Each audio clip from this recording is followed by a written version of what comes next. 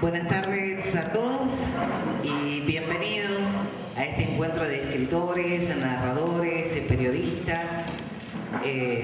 Esta tarde de amigos, ¿no? Aquí estamos y le damos la bienvenida a Iván Ferreira, escritor, periodista. Así que bueno, agradecidos Iván de esta organización que se armó y también de tenerte aquí presente esta tarde. Bueno, agradecido a los ingleses que hicieron el ferrocarril y por estar acá usando este espacio. Y bueno, gracias por venir. La última vez que nos juntamos éramos 10 y ahora hemos multiplicado esto, así que muy feliz que haya tanta gente detrás de los libros. Y bueno, la idea es poner en valor la poesía, la literatura, rescatar libros que por ahí estaban en el olvido, sacar los libros de las bibliotecas y que se pongan a caminar, que vayan a otras manos y revalorizar el poder de la palabra escrita, que pareciera que a través de las redes de internet va desapareciendo, pero todavía hay gente que creemos que esto vale oro, que son los libros. Por estos libros y por el papel desaparecieron miles de árboles. Entonces esto es aire. Así que hay muchos escritores que van a estar participando y pasando, interactuando. Tenemos una lista hermosa, así que prepárense a disfrutarlo. Así que vamos a ir invitando de uno por uno y a pasar. Cada uno hará lo suyo. Y nos van a estar acompañando, matizando la velada, Luca Pedrazzini en violín, que no es un dato menor. El único violinista que existe en Canals. Y hoy vamos a homenajear a una violinista que en los años 30 había 4 mujeres violinistas en una orquesta. Así que bueno, vamos a tratar de que a partir de hoy el violín se multiplique. Y a Nicanor Barna, que está acompañando con los teclados. Recién hablábamos, antes de comenzar, con Marcos y decíamos este tema de las mujeres, ¿no? Y una violinista. Y lo que habrá significado para esa época realmente totalmente transgresora, ¿no? Toda una mirada, ¿cómo le habrán mirado las mujeres en esa época? Porque era totalmente novedoso. Bien, Iván. Vamos a presentar. Ahora vamos a presentar a María Inés Ríos. Y aquí Iván tiene en sus manos este libro que se llama 110 metros sobre el nivel del mar. Ella es de aquí, de Canals, por supuesto, es nuestra, la aplaudimos. Se anima a escribir y lo hace de una manera maravillosa. Ha obtenido muchísimos premios y aquí la tenemos. Bueno, como no sabía que iba a leer primero que nadie, cada uno tiene, cuando lee un libro, pasajes o páginas que le quedan impresas en el corazón. Esto suele suceder con los libros, ¿no?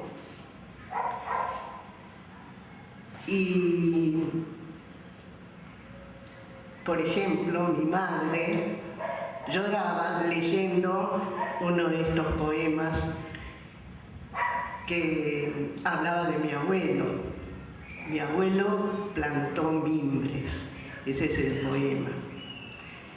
Mientras que otras personas han quedado encantadas con este poema que les voy a leer. El guitarrero, a Danilo Nievas, in memoria. Estaba siempre comenzando, quizá como cuando cada día, despaciosamente, se templa una guitarra. En ese tiempo tu nombre sonaba en mis oídos sin conocerte. Después escuché algo más, tu voz en la madera curva del latido, y vi tu ahínco por atarte a cada cuerda. Yo sé que estaba siempre comenzando, alzando un pie para ascender por otra escala, quedándote en la zamba, esa que sangra. Quizás un día se dieron las palabras y te encontré en la esquina de un arpegio. Ibas más alto, el corazón latía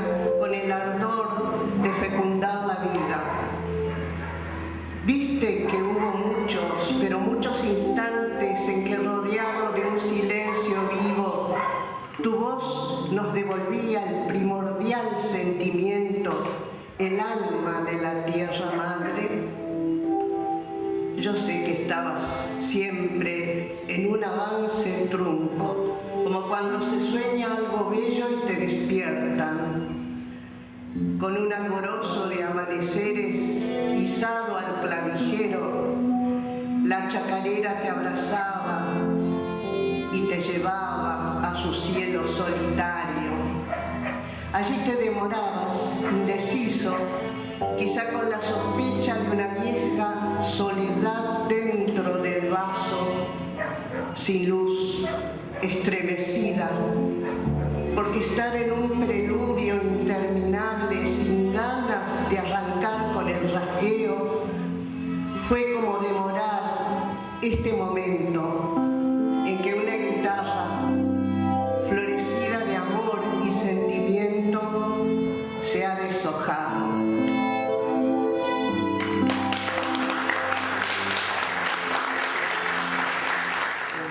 Título de este libro, después tuve un problema porque unos me decían, no son 110 metros sobre el nivel del mar en que está Canals.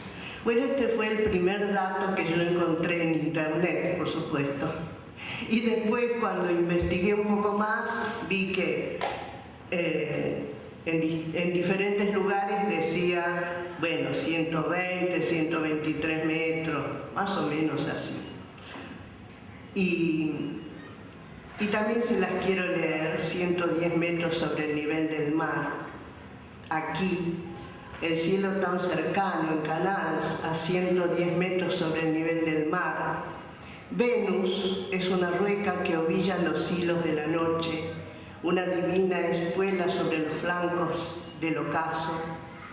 La luna de plata fina casi nos corta los labios. Oh cielo acerico donde las costureras clavan alfileritos con cabezas de estrella. En los terrados los perros alargan sus hocicos y lamen el cielo oscuro de piel de sombra. Los gatos persiguen el rastro del alba por las cornisas. Hay comadrejas que roban huevos de plata en el gallinero de Afrodita. Cielo de Canals a 110 metros sobre el mar, paisaje gris, blanco, azul, rojo, violeta, gris, azul, azul, negro. Solo sobre la pampa verde, durmiéndose en el silencio de los pumas que desde el Chocancharaba rondan detrás de los penachos de las cortaderas. Oh Canals a 110 metros sobre el mar, cabalgando sobre los vientos sin alcanzar la sierra. Tu tierra cuenta granos de maíz mientras baraja un mazo de palomas salvajes. Las tormentas compiten payanas de granizo. El sol abre las rojas venas de las granadas. El cielo está tan cerca, como un toldo de estrellas sostenido por la pica de plata de la sureña cruz de este hemisferio.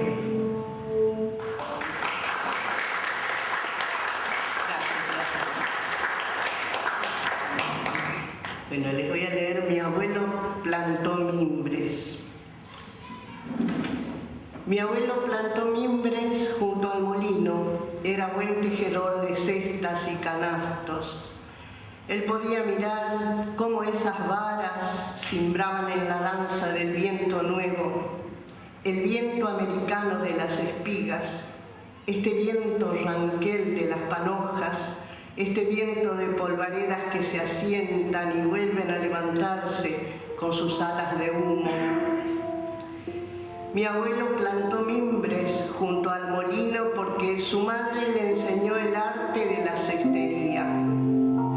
Se allegaba hasta el molino a caballo para sentir la frescura del agua en las raíces y elegir las varas que se irían secando hasta embeberse con el fluir de las manos en un día de lluvia.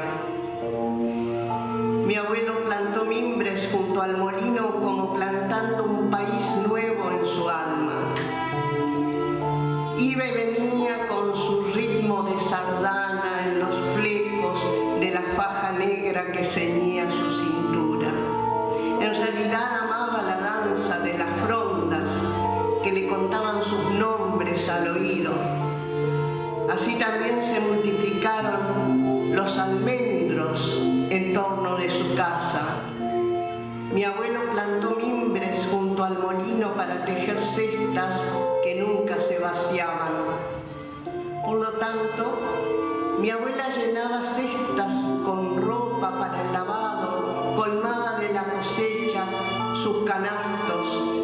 Una cesta era tapa para el frasco donde la retacía maceraba sus guindas a sol y rocío. Mi abuelo, que había dejado atrás las 4 barras de la señera, plantó en esta tierra 4 postes y un molino, y con sus mimbres maduró los hijos en el árbol antiguo de la casa.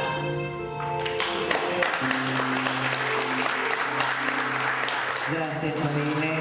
Es imposible no emocionarse cuando escuchan lo que escribe, porque también un poquito nos vamos atrás en la historia y recordamos, por qué no, a nuestros abuelos y a sus actividades y quienes formaron parte de nuestra historia. A mi querido abuelo don Próspero Máximo Ferreira, que me enseñó lo fundamental en esta vida, que es crear los cimientos y levantar paredes y sembrar árboles y tratar de ser buena persona.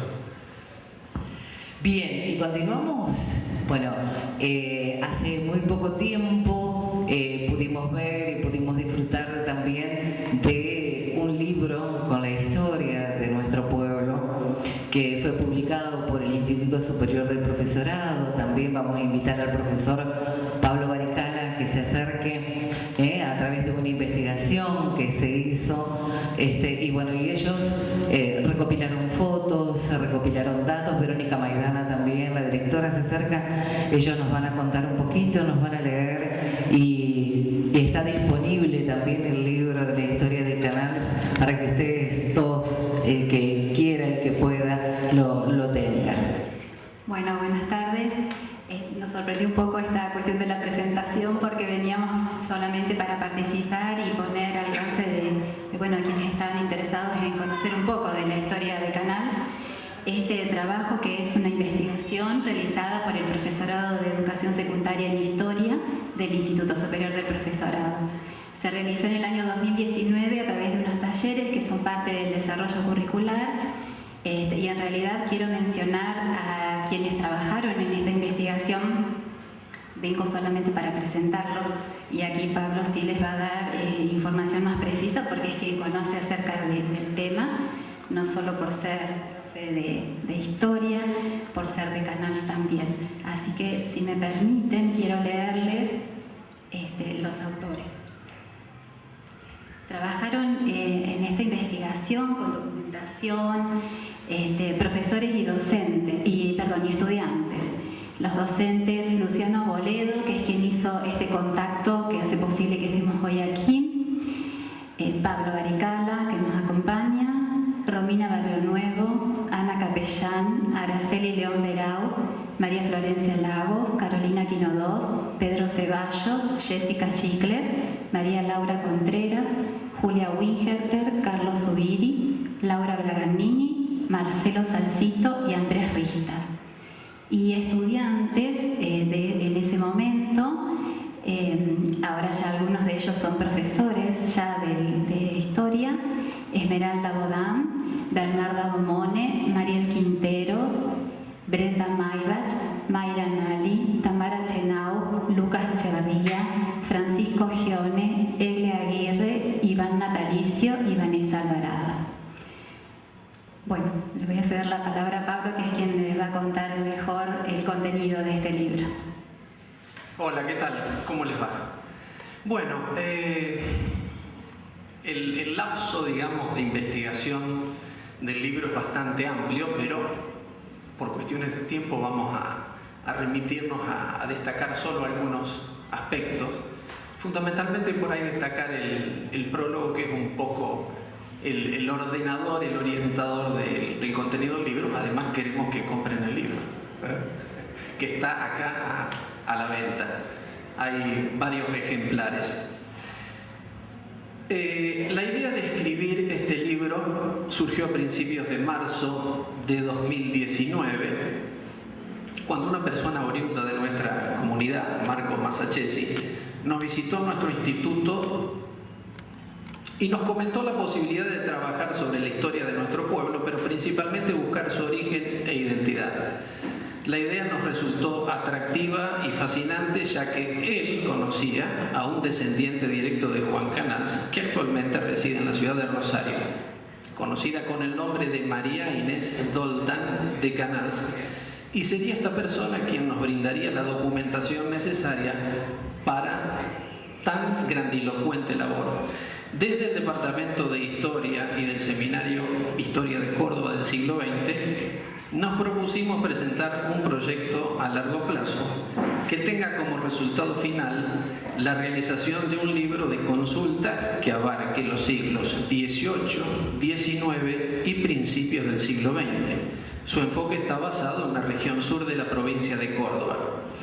Para ello tuvimos que realizar un arduo trabajo de lectura, análisis y selección de información para corroborarla con documentos fidedignos de la época.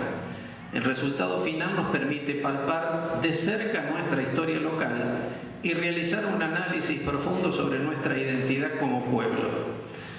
Lo que proponemos con este libro es reconstruir nuestra identidad cultural y sentido de pertenencia de nuestro querido Canals, recuperando y revalorizando la historia local y regional que durante mucho tiempo hemos perdido por diferentes causas.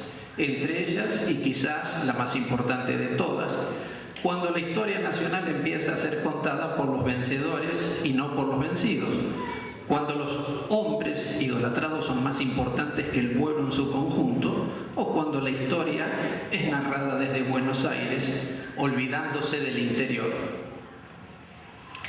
En los primeros capítulos se realizó un análisis minucioso de los habitantes de nuestra región, haciendo alusión a los nativos denominados pampas y ranqueles. En este punto caracterizamos su origen, su cultura y su relación de conflicto con tribus vecinas y con el español. Es importante remarcar que en la zona sur de nuestra provincia de Córdoba existía una tribu denominada los Taluet, nativos, por demás de mansos e inofensivos, quienes fueron los primeros en recorrer nuestras tierras, luego absorbidos por los ya mencionados pampas. En relación a estos últimos cabe agregar la incursión de malones que realizaban sobre los españoles en nuestra región. Esta modalidad de atacar y arrasar con todo lo que encontrasen a su paso era tan habitual para la época que este hecho obligó a las autoridades españolas a la creación de una frontera defensiva a mediados del siglo XVIII. Dicha frontera se ubicó sobre el río Cuarto con la creación del primer fuerte en el año 1752 llamado Punta del Sauce, hoy La Carlota. Con el correr del tiempo esta línea defensiva fue extendiéndose hasta la creación de los siguientes fortines. 1782 Fortín Concepción del río Cuarto, 2 años después San Bernardo, en 1785 San Carlos, 1787 Fortín San Rafael de Loboy, próximo a Canals. Otros fortines que se crearon fueron de los límites del río Cuarto, Fortín Las Tunas, por ejemplo, 1779, hoy Alejo Ledesma. Bien. En otros pasajes de esta introducción destacamos que pasó más de un siglo para que existan transformaciones políticas, sociales y económicas y culturales de relevancia en lo que fueran las Provincias Unidas de Sudamérica. Estas transformaciones profundas dan sus primeros indicios con la creación del Estado argentino, bajo la presidencia de Mitre, primero, luego Sarmiento y finalmente Avellaneda, los llamados presidentes justamente fundacionales. Este proceso histórico nos permite realizar un análisis profundo de cómo el Estado argentino, por medio del general Roca, ya siendo ministro de Avellaneda antes de ser presidente en 1880, realizó un plan sistemático para incorporar tierras al modelo agroexportador. Este proceso fue conocido como la campaña del desierto.